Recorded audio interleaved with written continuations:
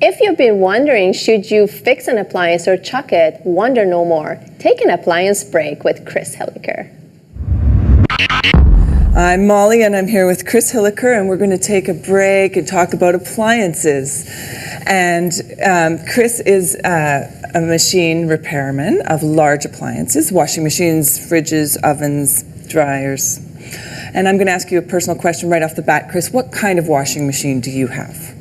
I have a Maytag Dependable Care that was made in 1980. Now it's 30 years old, so it still has 30 years left in its life because it was made to last 6 decades. And the first family that owned it were a family of 10.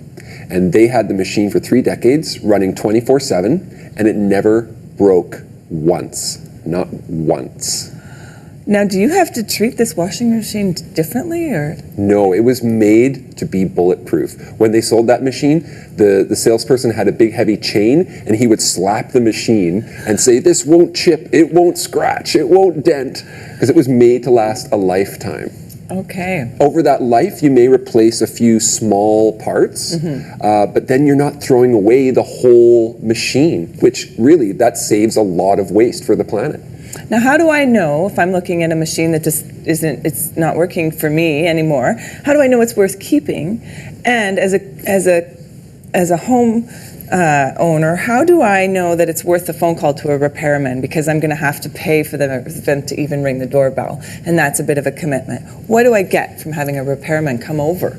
You get to know for sure what's wrong with it, how much it'll cost to fix, and that's important. Sometimes it's something very simple. I've been able to help people with free advice. They look on my website and see the tips, or maybe they email me and I give them some pointers, and then they find out, hey, my machine's not broken, I'm just adding too much detergent, or I need to stop putting coins in my pockets or something.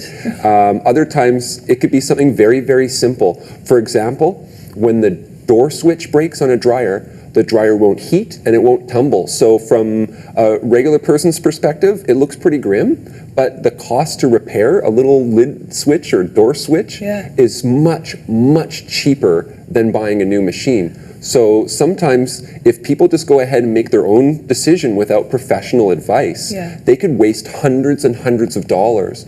Not to mention getting rid of a perfectly good old machine that has decades of life left in it, and then taking a gamble, buying a new machine where, who knows, what if you get a lemon? Let's talk about that quickly. New machines are sold to us with the promise of being energy efficient and being green. Now, what does that mean in the mechanics? Well, okay, so the machines may use about 30% less water. They will spin faster, so that removes more of that water from the clothes before they go in the dryer. Now that saves energy because the dryer's not running as long. But because the chassis or the body structure of that machine was only made to last about 7 years, it means that it's going to end up in a landfill sooner, or being recycled or scrapped sooner. So that generates more waste than appliances ever did before. On the old machines, you keep the whole machine and replace one little part.